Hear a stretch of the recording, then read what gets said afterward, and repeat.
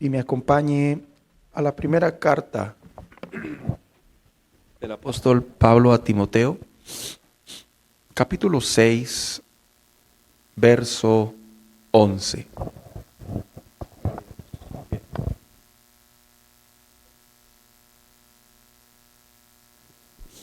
Repito, primera carta a Timoteo, capítulo 6, verso 11.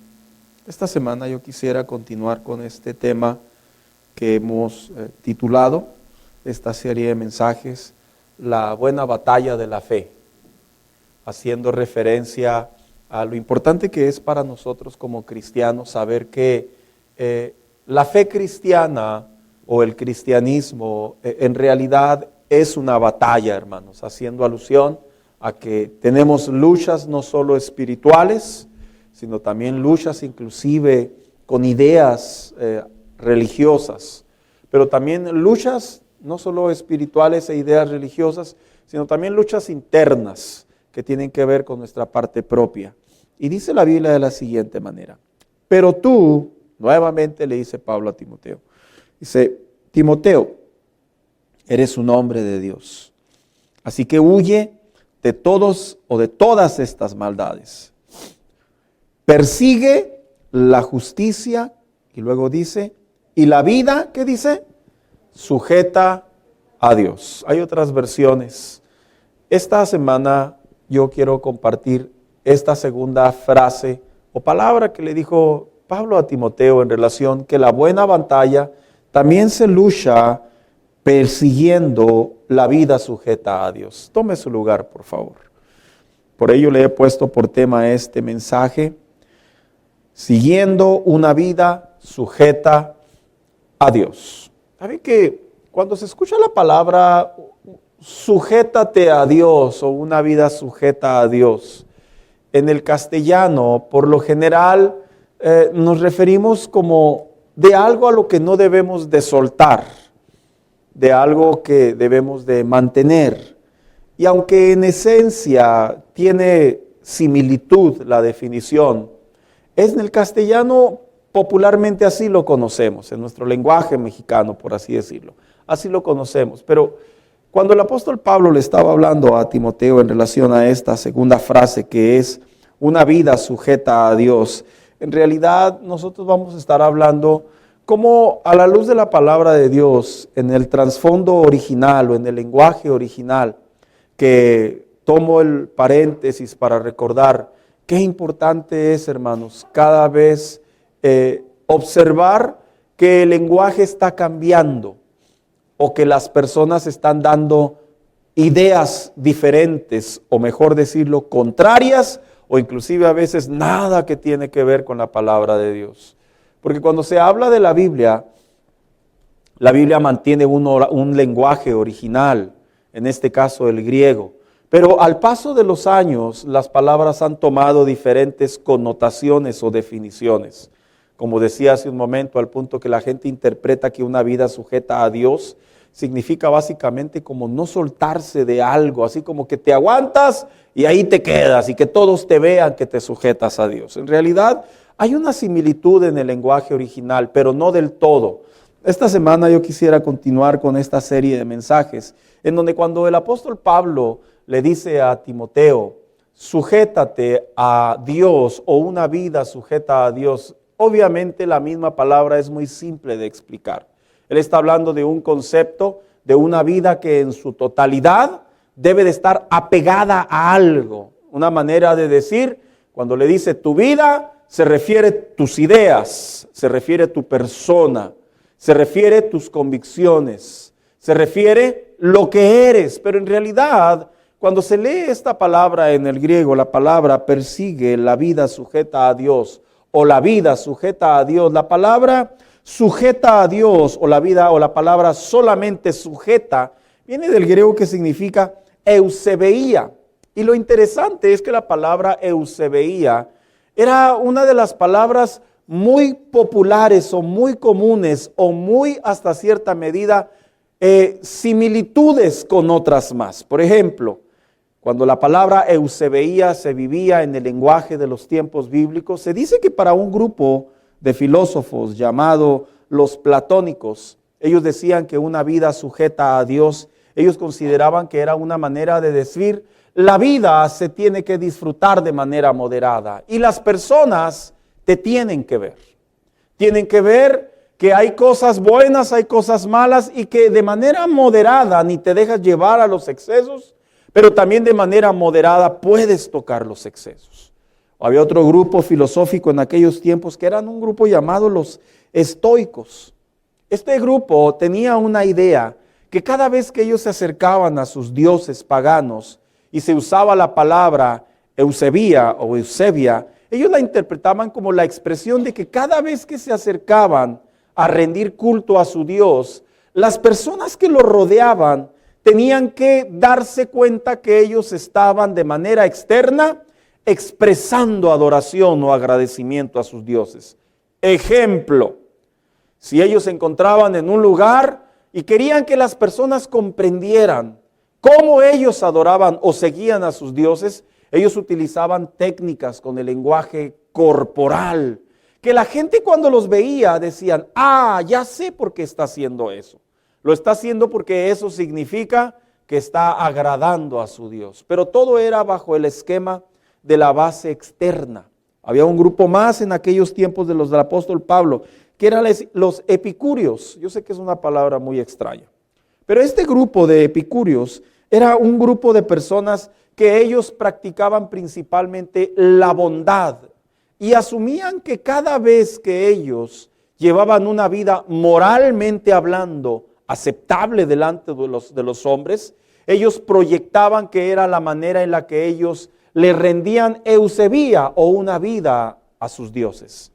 Lo interesante de estos tres grupos populares que había en los tiempos del apóstol Pablo es que estos tres grupos populares en realidad todo radicaba en la vida exterior. Hay un dato interesante en relación a esta palabra en particular. Hay muchos en la Biblia, pero la palabra se veía en la Biblia, en el Nuevo Testamento, solo se encuentra 13 veces mencionada. Cada vez que usted ve en la Biblia la palabra piedad en el Nuevo Testamento, el lenguaje original eusebeía. Pero así como existía esta palabra, y para los paganos, para aquellos que no tenían una vida en Cristo, aquellos que no conocían a Dios, ellos siempre lo familiarizaban y lo identificaban con la parte exterior del hombre. En realidad, eusebeía, cuando la aplica la Biblia y los apóstoles en la palabra de Dios, ellos no se están refiriendo desde la opinión de los demás grupos religiosos. Ellos se están refiriendo desde la opinión como una expresión de la intimidad de la comunión con Dios. Voy a poner un ejemplo. ¿Quiénes se han encontrado con las personas que de repente nos dicen a nosotros, ¿y a qué van a la iglesia? Y luego nosotros decimos entre algunas cosas, vamos a orar.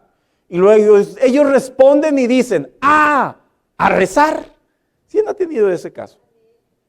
Porque en el lenguaje popular, comúnmente la palabra rezar la asocian con orar. Pero la realidad es que en el cristianismo aprendemos que nosotros no rezamos.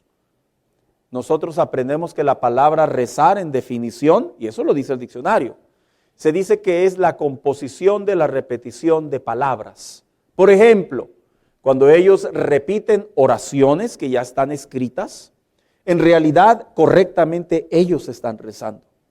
Pero en el lenguaje cristiano, cuando nosotros decimos estamos orando, no estamos hablando de palabras repetitivas, aunque he de decirlo que hay uno que otro hermano que sí lo hace así.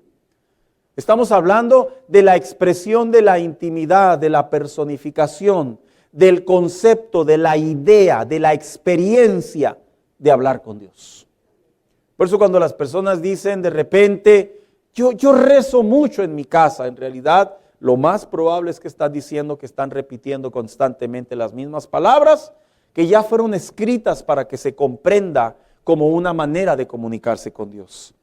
Cuando la Biblia utiliza la palabra eusebeía, la palabra piedad o la palabra una vida delante de Dios o una vida sujeta a Dios, es porque la palabra eusebeía se interpreta en un lenguaje de reverencia, en un lenguaje de santidad o de devoción. En otras palabras, es una persona que no externa solamente lo que significa una comunión con Dios, sino que principalmente de manera interna lleva una comunión con Dios.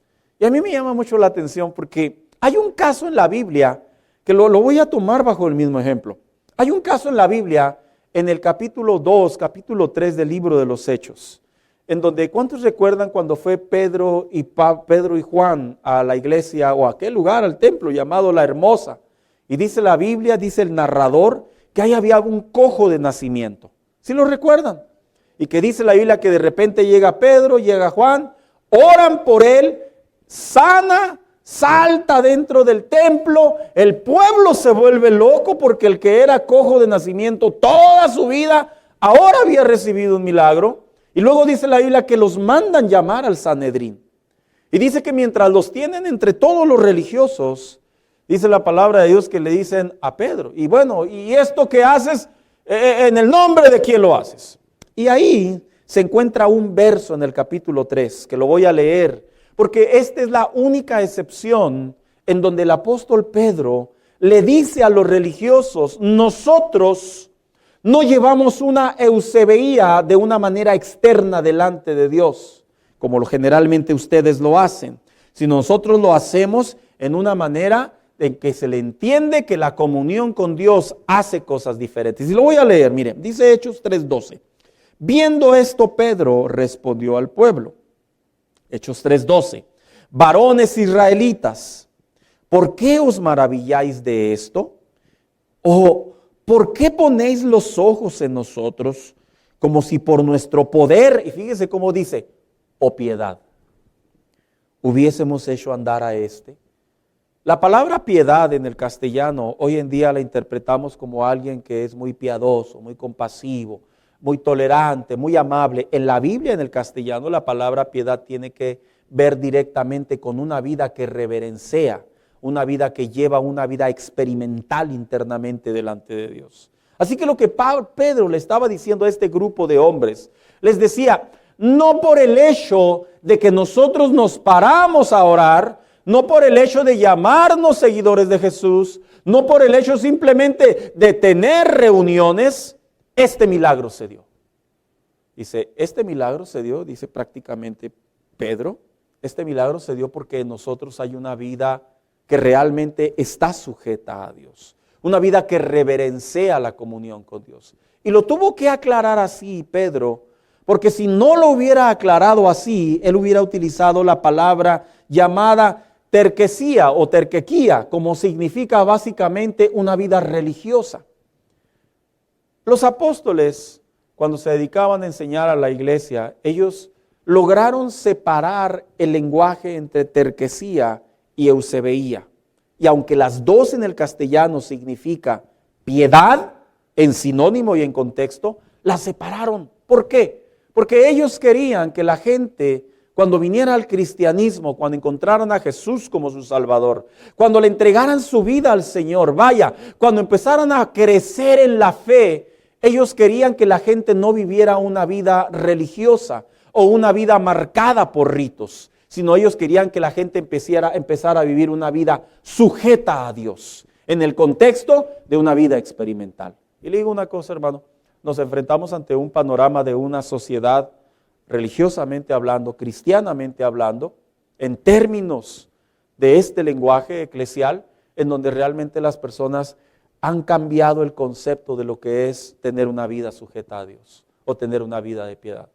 Vivimos en una era en donde día a día las personas buscan qué hacer y cómo hacer, qué decir o cómo decirlo para que sucedan las cosas.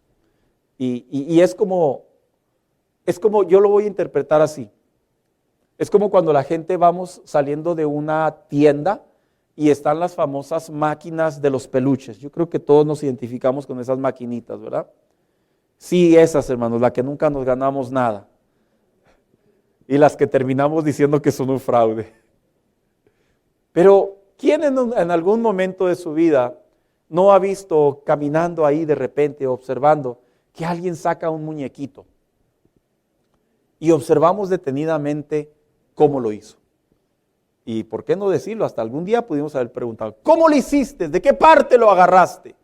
Porque generalmente cuando vemos un logro o cuando vemos que alguien hace algo y obtiene un beneficio, siempre buscamos la manera de cómo imitarlo. Cuando el apóstol Pablo le decía a Timoteo,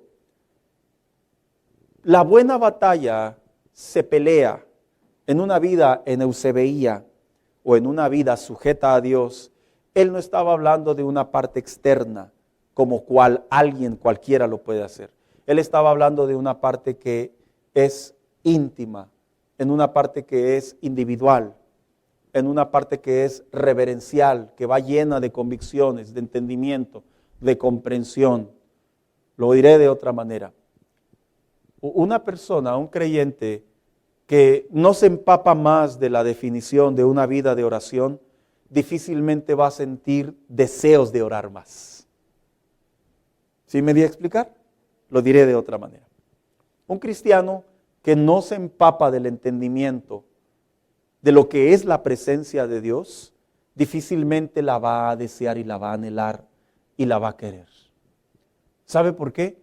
Porque es algo que no conoce, es algo que no ha experimentado o es algo que superficialmente sabe de ello. Puede ver a alguien dentro de la iglesia que está derramando lágrimas y puede interpretar que está sintiendo algo bonito, pero en realidad, debido a la falta de estudio, a la falta de comprensión, a la falta de entrega, de reverencia, posiblemente se va a quedar como un gap en su vida de tal manera que va a ver como algo positivo que está sucediendo, pero difícilmente él lo va a buscar. Y diré aprovechando el momento. Por eso es que usted ve que en este lugar, voy a hablar ahora sí de este lugar, usted puede ver que hermanos les gusta estar en el altar.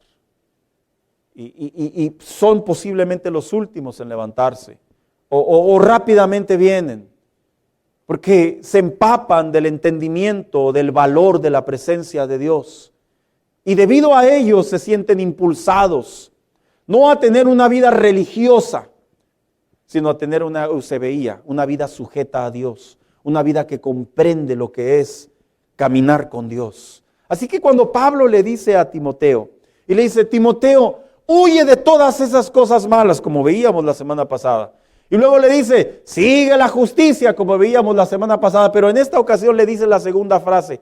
Y una vida sujeta a Dios, que mejor se interpreta en algunas versiones como una vida de piedad. Lo que le está diciendo Pablo prácticamente a Timoteo es que entre más él profundiza en la buena batalla, una vida que reverencia, que conoce, que se empapa, que se sujeta a Dios, que afirma su comprensión de su comunión con Dios, dice, de esa manera vas a pelear la buena batalla. Y le digo una cosa, hermano, sí es cierto. ¿Cuántos cristianos no nos ha tocado conocer a nuestro alrededor, algunos más que a otros, que todo indicaba que iban muy bien en la iglesia y de repente llegó una ola, un viento doctrinal, un loco ahí que apareció de la nada, que se sentía Jesús y otro María y yo no sé qué tantas cosas. Y de repente los mueven de sus convicciones y se los llevan. Y uno dice, ¿por qué? Porque probablemente en ellos estaba una religión, en ellos estaba el comportamiento de un carácter externo, pero no estaba en ellos la convicción, la vida sujeta a Dios. Y cuando Pablo le dice a Timoteo que debemos de ser cristianos, que nos sujetemos a Dios, hoy quiero hablar de precisamente cómo es que le recuerda el apóstol Pablo a Timoteo, cómo es que se protege una vida sujeta a Dios, pero también cómo es que se ejercita una vida sujeta a Dios. En otras palabras, para poder mantener nuestras convicciones, para poder mantener nuestro entusiasmo, para poder mantener nuestra manera de caminar con Dios. Porque le voy a decir una cosa, hermano, hay cristianos que se cansan de pelear la buena batalla. No los juzgo en el sentido de que son unos débiles, no, es que se cansan porque probablemente están viviendo lejos de una vida sujeta a Dios, están viviendo una vida de ritualismos delante de Dios. Hay cristianos que se cansan de pelear la buena batalla y no era meramente porque sean unos mundanos, unos carnales. Es porque muchas de las prácticas que hacían en su comunión con Dios tenían que ver más con un comportamiento de cumplir reglas que de sujetarse a la palabra de Dios. Y cuando Pablo le dice a Timoteo una vida de piedad, la primera carta a Timoteo, tan simplemente en esta primera carta, cuando usted la lee completita, estos 6 capítulos, usted se va a encontrar que en 8 ocasiones Pablo le dijo a Timoteo la piedad. Todo indica, de bien saber, sin saber mucho, que cuando nos repiten la misma palabra varias veces, ¿qué significa, hermanos? Que prestemos atención, que es importante. Es como las mamás, ¿verdad? Cuando ya la mamá te dice la misma palabra 2, 3 veces a la semana, pues agarre la palabra, muchacho, agárrela. Es como cuando tu esposo te dice la misma palabra, hermana. Ya te lo dice 2, 3 veces en la semana. Agárrela indirecta o la directa, no sé cómo la quiera acomodar a su vida, pero agarrémosla. Y de igual manera, cuando nos diga a nosotros la esposa la misma palabra, no nos hagamos los desentendidos y digamos, como dirían los de los que no tienen a Cristo, ¿verdad? Vieja loca. Bueno, yo conozco uno que otro cristiano también así le dice, pero espero y sea por amor, ¿verdad? Loca de amor, espero y sea loca por amor. Pero era una manera de decir que entre más nos repiten la misma palabra, la debemos de tomar en cuenta. Y he elegido esta palabra para darle seguimiento a que la buena batalla de la comunión con Dios precisamente se vive en una vida de piedad, en una vida sujeta a Dios, en una vida de reverencia, en una vida de disposición. Pero ¿hacia qué? ¿Qué es lo que le decía el apóstol Pablo cuando le dijo a Timoteo? Una vida sujeta a Dios, una vida de piedad delante de Dios. En primer lugar, una vida de piedad delante de Dios en contra de las fábulas profanas y viejas. Mire, lo voy a explicar brevemente. Acompáñeme ahí con su Biblia o lo van a poner en la pantalla en 1 Timoteo 4:7. Le dijo Pablo a Timoteo en esta misma carta, desecha las fábulas profanas y de viejas. Oiga, qué groseros dirían algunos ahí, ¿verdad? Mira, Pablo les decía viejas a las viejas. No digo, Pablo les decía viejas a las mujeres. En realidad no, en realidad Pablo está utilizando un modismo. En los tiempos antiguos, en los tiempos bíblicos, existía un lenguaje que cuando se utilizaba la palabra fábulas y de viejas, no estaba hablando Pablo específicamente de mujeres, sino estaba hablando prácticamente lo que las mujeres contaban constantemente. No porque ellas lo hubieran producido, sino porque eran las que más lo comunicaban. Por ejemplo, cuando se habla de los estoicos, de los epicúreos y de los platónicos, que eran la era del apóstol Pablo, se dice que las mujeres solían contar historias, que eran fábulas que relacionaban algún acto misterioso de sus deidades. Por ejemplo, voy a poner un ejemplo. No está como trazado en la historia, pero lo va a traer a la vida real. Por ejemplo, cuando la Biblia, usted lee que dijo esto Pablo, decía Pablo, prácticamente en el siglo XXI. Aquellos que andan diciendo que no se necesita ir mucho a la iglesia para conocer a Dios, son fábulas. Aquellos que andan diciendo que no necesitas orar mucho, porque al final del día Dios conoce lo tuyo, son fábulas. Aquellos que andan diciendo que eso es pecado, son fábulas. Dios tiene y sabe que tú eres débil. Es lo que estaba haciendo en realidad el apóstol Pablo. Y es una interpretación muy interesante porque hoy vivimos en una era de cristianismo en donde más nos encontramos con diferentes maneras de pensar, como si Dios hubiera abierto la enciclopedia de la vida y le dijera al hombre, ¿qué crees? Todo esto que tú pensabas que era pecado, no, nada es pecado. Nos encontramos en una era cristiana en donde entre más se nos permite practicar lo indebido o lo moralmente indebido, todo indica y todo parece que tiene sentido a la palabra de Dios. Como dijo una vez un hermano, ¿verdad? Si Abraham tenía 2 mujeres, ¿por qué yo no puedo tener 2? Y yo les contesto con todo respeto, si no podemos con una, ¿usted cree que vamos a poder con dos? Porque vivimos en una sociedad, religiosamente hablando, en donde se despiertan diferentes maneras de comunicarse con Dios. Mira, tú no necesitas tanto. Tú nomás dile a Dios una vez y Él ya te escuchó, y Él, cuando a Él le plazca, cuando Él quiera, Él te va a responder y Él lo va a hacer. ¿En serio? Es más, te la pongo más fácil. Tú nomás decrétalo. Tú nomás decláralo. Y como dijo un pastor de Chihuahua hace algún tiempo, si esos decretos y esas declaraciones funcionaran, voy a mandar unas 10 hermanas a las gasolineras para que baje la gasolina, porque está muy cara. Tal vez fue un sarcasmo, pero es una manera correcta de decir que lo que está en la Biblia y lo que ya está enseñado, interpretado, y lo que ya está en la vida diaria, en realidad, fuera de ahí, son simplemente fábulas, historias, leyendas, interpretaciones contrarias. Y lo que Pablo quería es que este creyente Timoteo, aunque era un pastor, era que se cuidara de no perder la experiencia, de no perder la vida sujeta a Dios, de no perder la comunión con Dios a causa de cosas que suelen ser más fáciles. Porque algo que me sorprende mucho de la vida herética, de las herejías o de los vientos doctrinales que día a día se despiertan en el cristianismo, es esto. Cada vez todo apunta que es más fácil ser cristiano. Me llama mucho la atención.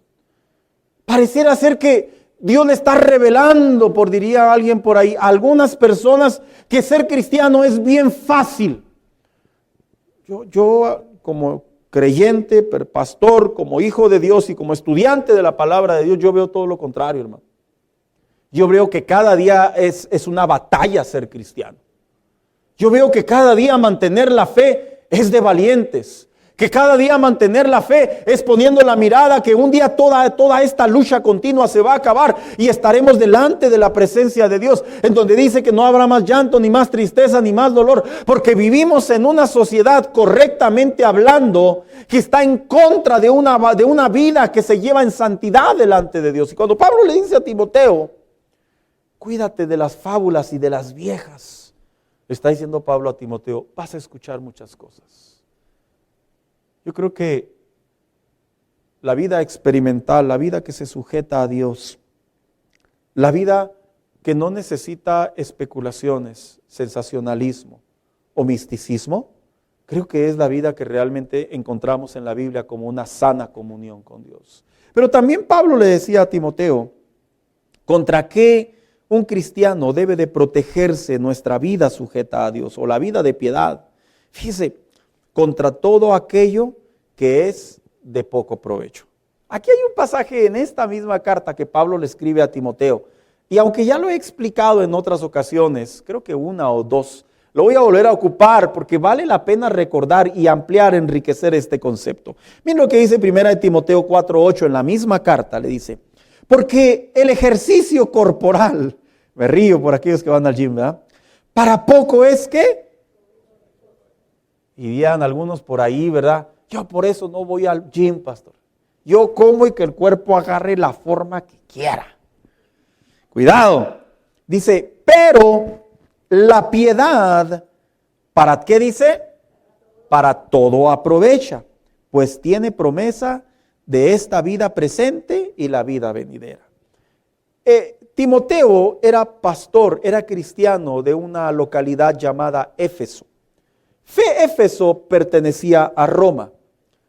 Roma tenía una costumbre o un deporte muy notorio y era precisamente el ejercicio. Era prácticamente la expresión de una vida saludable, de una vida exitosa, era verte bien. Y se dice que en aquellos años, hermanos, Roma tenía mucha capacidad que a las personas, la moda y la continuidad era prácticamente siempre estar ejercitando su cuerpo. En realidad Pablo no está diciendo aquí que el ejercitar el cuerpo es una basura o es pecado. Él está haciendo una comparación de algo que ocupa más tiempo que una vida sujeta a Dios. En aquellos tiempos, en la ciudad de Éfeso, las personas podían pasar literalmente horas ejercitando su cuerpo, ya sea corriendo, ya sea levantando pesas, ya haciendo disciplinas, pero cuando se trataba de la vida espiritual era muy limitada, era muy menor.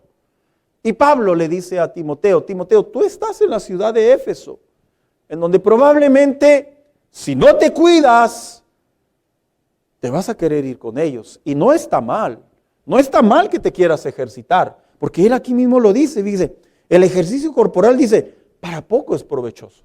Él no está diciendo te afecta, él está diciendo, si eso que estás haciendo te va a ocupar más tiempo, Timoteo, dice, date cuenta que el contraste de la vida espiritual, la vida de piedad, la vida sujeta a Dios, la vida de conocer a Dios, es mejor. Ahora lo voy a traer a la iglesia del siglo XXI. ¿Qué ocuparía para nosotros como cristianos? Porque diría alguien por aquí, ¿verdad? No, pastor, yo no voy al gym, yo no tengo ese pecado. Que Dios perdone a los que van al gym. No. ¿Qué sería entonces una vida de poco provecho, como dijo Pablo, en donde ejercitar tu cuerpo es de poco provecho? Yo me dirijo a todas aquellas acciones, tiempo, en donde pasamos más tiempo, no necesariamente gimnasio, en el donde cuando lo llevamos en contraste con nuestra comunión con Dios, nuestra vida espiritual se encuentra a veces no en segundo o tercero o cuarto o inclusive último lugar. ¿Le puedo dar ejemplos? Muchachos, si ustedes no se cuidan, van a ponerse gorditos. No es cierto. No. Si ustedes no se cuidan y no dejan el celular como algunos lo hacen, eso es prácticamente la comparación de hacer algo que no tiene provecho en contra de tu vida espiritual. Cuando tú como joven te gusta mucho ver la televisión, el dispositivo, el celular, cuando tú pasas mucho tiempo inclusive durmiendo, cuando tú pasas mucho tiempo practicando algún deporte, alguna actividad en donde diariamente es mucho más elevado que tener comunión con Dios, que pasar tiempo con Dios, que darte a la tarea de tener una disciplina, de leer la Biblia, de conocer más la palabra de Dios, el carácter de Dios, de ejercitar tu fe. De saber que la buena batalla de la fe no es una broma, no estamos viviendo paz en este mundo, en la comunión con Dios. Jesús dijo claramente, no he venido a traer paz sino espada. Una manera de decir, lo que yo vengo a decir va totalmente en contra de lo que ustedes están viendo. Eso es precisamente en la vida de un joven, que tal vez tú no vas al gimnasio, pero desde el momento que tú pasas mucho tiempo en eso, prácticamente dice el apóstol Pablo, si lo lleváramos al siglo XXI, le estuviera diciendo a Timoteo, Timoteo, no estés tanto en Instagram, no estés tanto viendo Reel. Pero, ¿cómo aplicaría eso a veces a la vida de un adulto? Fíjese que a la vida de un adulto también aquí aplica para el siglo XXI. Yo le voy a decir cuáles son las cosas que yo he detectado como adulto que soy, como conversaciones que he tenido con creyentes a mi caminar cristiano, en donde pasamos más tiempo los adultos. Yo he observado que los adultos, cuando ya llegamos a la edad de la madurez, en donde nuestros hijos están creciendo, muchas de las veces nuestros hijos no solo absorben nuestro tiempo, sino inclusive a veces nuestros propios hijos son un limitante para buscar a Dios. Pero yo he observado no solo ese carácter en los creyentes, sino también en los trabajos. No está mal trabajar, si lo aplico al siglo XXI, no está mal trabajar, hermano. Qué bueno que usted pueda trabajar y obtener más ganancias. Pero dice Pablo, pero si esto, que es de poco provecho, y lo llama de poco provecho porque son acciones que no tienen significado en la eternidad. Los llama de poco provecho porque el trabajar mucho no te va a llenar de fe. O alguien aquí que me diga, no, pastor, fíjese que desde que trabajo 10 horas diarias, no, hombre, ando con una fe. No, ¿verdad? No. En realidad yo he observado y he detectado que en los adultos el trabajar mucho es algo con lo que se lucha continuamente. Y a veces tú te preguntas como cristiano, ¿por qué lucho con estos pensamientos? ¿Por qué batallo con esta parte de mi carácter? Porque probablemente tu vida sujeta a Dios está tambaleando al exceso de otras actividades, al exceso continuo, no solamente de trabajo, de cualquier acción que tenga que ver superior o mayor que al cansancio prácticamente te deje sin la posibilidad de buscar a Dios. Y aquí es en donde nos examinamos, ¿verdad, hermanos? Y decimos, Señor, ayúdame a trabajar el tiempo necesario que no perjudique mi fe. Ayúdame a ganar el dinero necesario para no contraponer mi vida espiritual. Porque la buena batalla no se gana trayendo más dinero a casa. La buena batalla no se gana siendo una mejor persona. La buena batalla en la fe cristiana se gana sujetándote, teniendo experiencias, creyendo en el Señor, alimentando tu fe, conociendo más la palabra de Dios. Eso es lo que le decía Pablo a Timoteo. Está en contra de aquellas cosas que pueden afectar tu piedad. Y yo creo que era un consejo muy, muy sabio, hermano. Muy sabio. Le voy a decir algo también que nos pasa mucho a los que servimos a Dios. Porque no crea, no solamente es a los que no sirven a Dios de manera continua. Esto va para nosotros que servimos a Dios. Hermanos, si usted sirve a Dios en alguna área, qué bueno, sígala desarrollando. Pero le voy a decir algo. El hecho que Dios nos dé la bendición de poder servirle no exime el cuidado de nuestra vida espiritual de manera privada. No la exime. Si tú sirves a Dios dentro de esta iglesia o en alguna iglesia, no pierdas de vista que lo principal es tu vida espiritual. Pero yo toco muy bien. Está bien, qué bueno. Pasas horas tal vez ensayando. Pero primero es tu vida espiritual. Pero yo he aprendido mucha Biblia. Qué bueno, eso es saludable. Pero tienes que tener un tiempo en la comunión de la presencia de Dios. Y Pablo le estaba diciendo básicamente a Timoteo, como nos decían los antiguos hermanos en aquellos años, trabajas tanto para el dueño de la viña que te olvidas del dueño de la viña. Una manera de decir, tratamos tanto tiempo hablando del Señor, compartiendo de la fe, sirviendo al Señor, pero en realidad la buena batalla, la vida espiritual, la comunión con Dios ya no se encuentra en su mejor momento. Y Pablo le dice a Timoteo, cuídate de las cosas que no necesariamente son del todo provechosas. Pero, ¿qué es aquello que nosotros sí debemos de ejercitar para tener una vida sujeta a Dios? Porque no solamente el apóstol Pablo le hablaba lo que estaba en contra de una vida sujeta a Dios y cómo cuidarse de ello.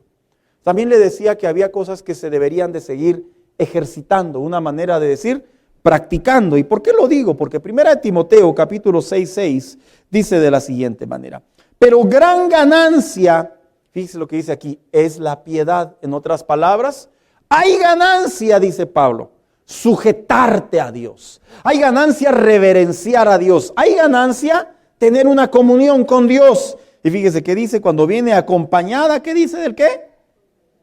Del contentamiento. Cuando se habla del contentamiento, por lo general nosotros lo asociamos con la felicidad de que la gente vea en mí que me va bien. Que la gente vea en mí que estoy completo. Que la gente me vea sonriente. O sea, en otras palabras, como dijo alguien por ahí, ¿verdad? Un cristiano siempre debe de andar sonriente. No siempre andamos sonrientes. Hay momentos y hay tiempos difíciles. Pero la palabra contentamiento en la Biblia viene del griego que significa autarqueias. Y la palabra autarqueias tiene 3 significados bien interesantes en la palabra de Dios. El primero tiene que ver con la autosuficiencia. El segundo, con la independencia, y el tercero con el contentamiento. ¿Sabe qué es lo que le decía Pablo prácticamente a Timoteo? La comunión con Dios te tiene que ser autosuficiente para que cuando venga aquello que puede ser difícil de tratar para ti, no busques alternativas de cómo salir adelante. Porque la palabra autosuficiencia tiene una definición muy buena, muy saludable. Es prácticamente que sobre nosotros mismos, ¿qué? Estamos satisfechos. que no necesitamos algo alterno para que nos traiga felicidad. ¿Y usted sabía que la vida en Cristo es autosuficiente en cierta medida? ¿Cómo, pastor? Sí. No necesitamos prácticamente de algo de afuera para podernos sentir bendecidos de parte de Dios. No necesitamos de practicar pecado, por así decirlo, para sentirnos que estamos complacidos de caminar con Dios. No. Pablo le decía a Timoteo, Timoteo, la autosuficiencia es lo que tú tienes que practicar. ¿Y qué es la autosuficiencia en un cristiano? Es todo aquello que es espiritual. Eso todo aquello que está en la palabra de Dios. Hermanos, la oración nos debe de bastar para tener paz con Dios. ¿Sabe? Hay cristianos que para poder apaciguar el estrés, el cortisol, para poder dejar de pensar en aquello que los está preocupando, en aquello que los está alterando, para poder cambiar su estado de ánimo, ¿sabe a veces qué hacen ellos? Duermen mucho. Se ponen a ver tele. Se van a gastar. Y en cierta medida, no del todo es malo. Pero lo que dice Pablo, en la fe cristiana hay una autosuficiencia para que tú puedas pelear la buena batalla. Por eso es que cuando nosotros vemos a los cristianos que están creciendo en la fe, constantemente les recordamos y les aconsejamos que cuando venga un momento difícil, lejos de salir corriendo, lejos de gritar, lejos de alterarte, lejos de ser lo que eras antes, recurre a los rudimentos de la fe, que es vuelve a caer de rodillas y busca la presencia de Dios. ¿Por qué? Porque es nuestra autosuficiencia para pelear la buena batalla. Por eso es que muchos cristianos se apartan del evangelio. Porque cuando se trata que viene el momento de los tiempos difíciles, hacen lo primero que es más fácil. ¿Y sabe qué es lo primero más fácil para muchos cristianos cuando vienen los momentos difíciles? Lo más fácil es olvidarnos de la vida espiritual. Y lo más fácil es traer a la memoria lo que antes sí nos complacía, lo que antes sí nos ayudaba. Y Pablo le dice a Timoteo, tu comunión con Dios de la buena batalla es ejercitar la autosuficiencia. Pero también hay una segunda definición, y es precisamente la independencia. La palabra independencia significa que no dependes de algo más. Yo entiendo que un cristiano puede buscar alternativas para descansar, que un cristiano puede buscar alternativas para relajarse, que un cristiano puede buscar alternativas para distraerse. Yo entiendo eso y no lo veo mal del todo. Pero cuando dice el apóstol Pablo aquí, haciendo alusión al contentamiento que es la independencia, dice el apóstol Pablo, pero no seas dependiente de ello. Que sin aquello no haga funcionar tu fe. Le voy a poner un ejemplo. Como cuando nosotros como cristianos, si no nos está yendo bien, no estamos contentos. Si no obtenemos lo que queremos, no estamos contentos. ¿Y por qué lo digo? Porque Filipenses, una de las cartas carcelarias del apóstol Pablo, escribió lo siguiente en el capítulo 4, verso 7, dice, y la paz de Dios, que sobrepasa todo entendimiento, dice, guardará vuestros corazones y vuestros pensamientos en Cristo Jesús. ¿Qué hombre en una cárcel sin cometer un delito, hermano? El único delito era proclamar la palabra de Dios. El único delito era hablar de las promesas de Dios. El único delito era compartir su fe. ¿Qué hombre en una cárcel puede decir, y aquí siento paz? Cualquier persona probablemente va a sentir paz fuera de la cárcel porque no está encarcelado. Pero Pablo decía, pero en este estado, en esta circunstancia, me siento autosuficiente. Soy independiente. No dependo de las demás cosas. Pero hay otro pasaje en Filipenses 4, 11 y 12, más adelante sosteniendo la misma idea, en donde dice lo siguiente. No lo digo porque tenga escasez, pues he aprendido a contentarme, cualquiera que sea que dice, mi situación. O sea que Pablo no estaba hablando un consejo que no vivía. Pablo estaba hablando de algo que él ya había experimentado.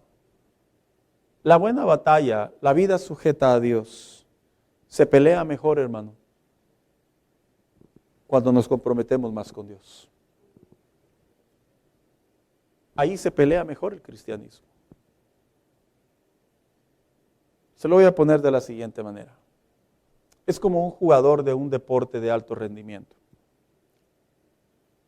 Él tiene la oportunidad de poder competir. Pero la realidad es que algunos de ellos o no les va bien o pierden. No necesariamente porque no tengan las herramientas. Es porque no tienen la actitud de comprometerse y de sujetarse a lo que les dictaminan sus entrenadores. No les gusta. Ellos dicen, ¿qué importa? Lo que importa es que vaya y patee la pelota. Lo que importa es que vaya y haga botar la pelota. Lo que importa es que yo esté en el campo jugando.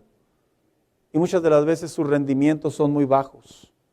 Y los mismos entrenadores, ellos mismos hacen declaraciones y dicen, capacidad tiene, edad tiene, pero lo que no tiene es compromiso. No se sujeta a lo que le decimos que tenga que hacer. Es como los matrimonios. Los matrimonios funcionan mejor cuando ambos participamos en ello. ¿Sí le pasó, hermano? ¿Sí le pasó eso? Cuando uno de los dos no comprende la importancia de hacer su parte, el matrimonio es muy difícil. Y aunque la otra persona tenga todo el ánimo, el matrimonio es muy difícil. ¿Sabes? Cuando venimos a Cristo, Él ha hecho el compromiso. Él ha dado su fidelidad. Él ha demostrado su lealtad. Él ha impregnado su verdad. Y Él ha puesto todo para que nosotros peleemos la buena batalla y la disfrutemos y estemos contentos. Y no claudiquemos en tiempos de necesidad. Pero la contraparte que somos nosotros a nuestra medida humanamente hablando, tenemos que hacer lo mismo. No seamos como algunos le hacen a las tarjetas de crédito. Hay personas que se quejan porque los intereses son muy altos. No entienden por qué no bajan el balance de su tarjeta de crédito. Y cuando llegan con consejeros financieros, hay una pregunta que el consejero financiero principalmente te pregunta. Y te dice, ¿cuánto estás pagando cada cierre de mes? ¿Y sabe qué responde muchas de las veces la gente? ¿Qué responde? Ah, sí sabemos. Y pensamos que por pagar lo mínimo vamos a salir de la deuda. Pensamos que por pagar lo mínimo nos van a aumentar el límite de crédito. Pensamos que por pagar lo mínimo el balance se va a acabar. La realidad es que el compromiso es, bajo cualquier sistema crediticio, es que si nosotros pagamos antes de la fecha de corte, se limpia la deuda. Y metafóricamente hablando, así nos pasa a muchos cristianos. Queremos todo el beneficio de Dios, pero estamos dando el mínimo, lo que la gente necesita ver, lo que la gente puede ver, lo que la gente entiende que es. La comunión con Dios no es el mínimo, hermano. La vida sujeta a Dios no es el mínimo. La vida sujeta a Dios es darlo todo. Viera qué bien se siente tener una tarjeta de crédito y llegar a un restaurante, llegar a una tienda y que usted saca el poderoso, majestuoso plástico y usted le dice al de ahí, cóbrate, agrégate el 5% de tip. Y no sacamos ni un miserable dólar de nuestra cartera. Se siente bien. Hasta volteamos para ver quién nos está mirando para que pueda ver que tenemos para responder. Pero ¿qué crees, hermano? Ese es un beneficio. Pero el compromiso ahora nos corresponde pagar aquello que compramos. El beneficio de la salvación ya todos lo obtuvimos. Pero el compromiso de caminar con Dios, esa es la parte que nos corresponde.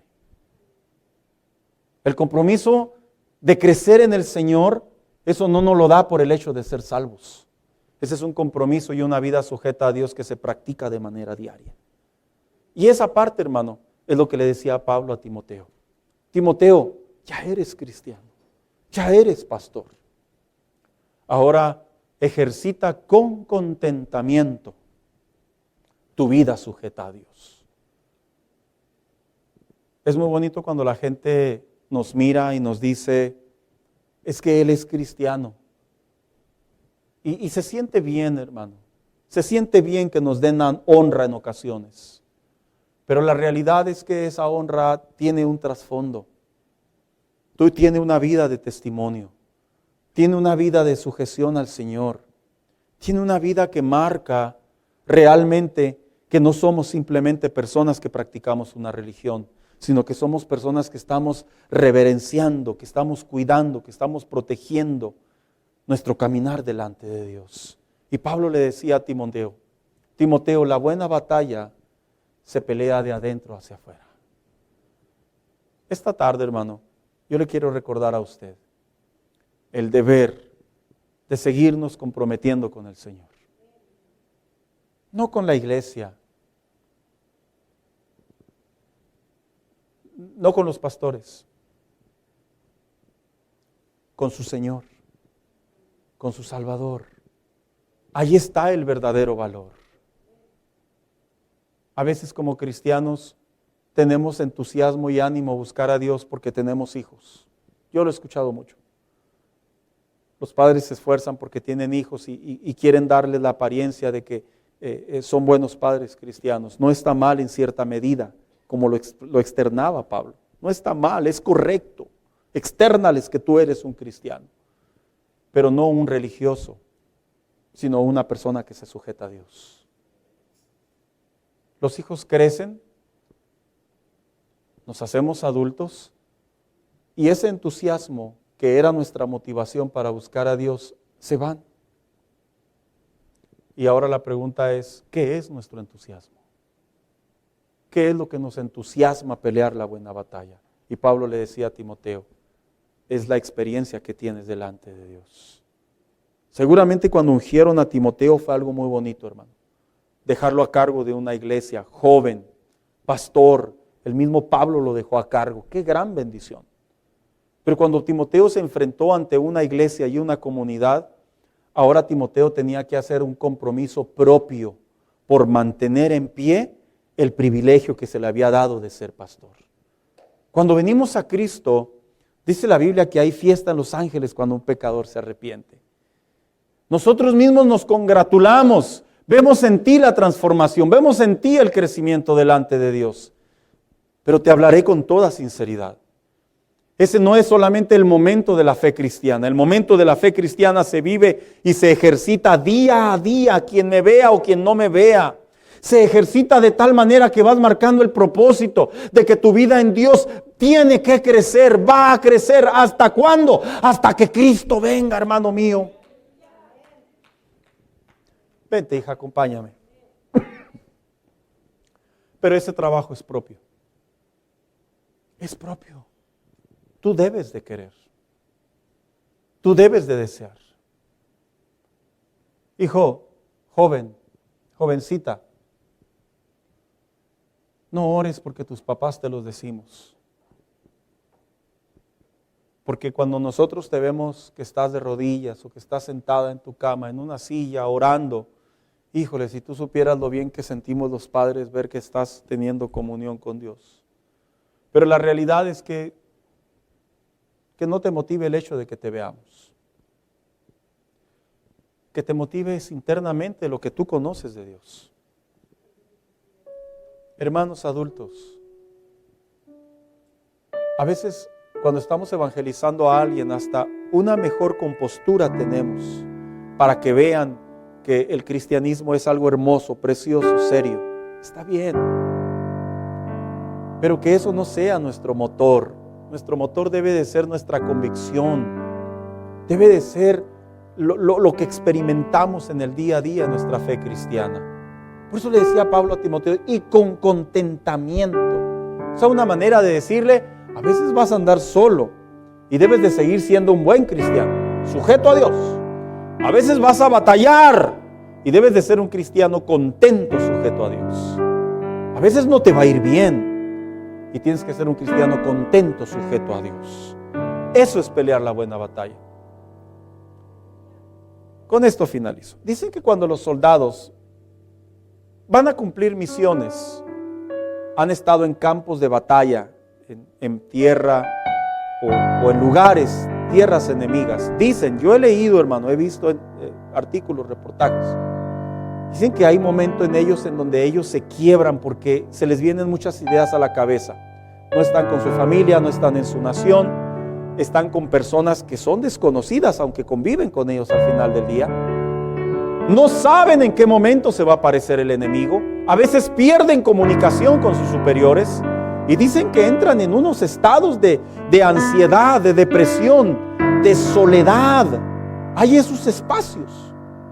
Pero a mí me llama mucho la atención cómo los mentalizan. De tal manera que aunque sienten todo eso, les forman en ellos el compromiso de que ellos están haciendo ello por el bien de una nación, o por alcanzar una paz, o por completar una misión. Y se limpian sus lágrimas, cargan su armamento y continúan hasta encontrar y cumplir la misión, sin importar los sentimientos como se encuentren.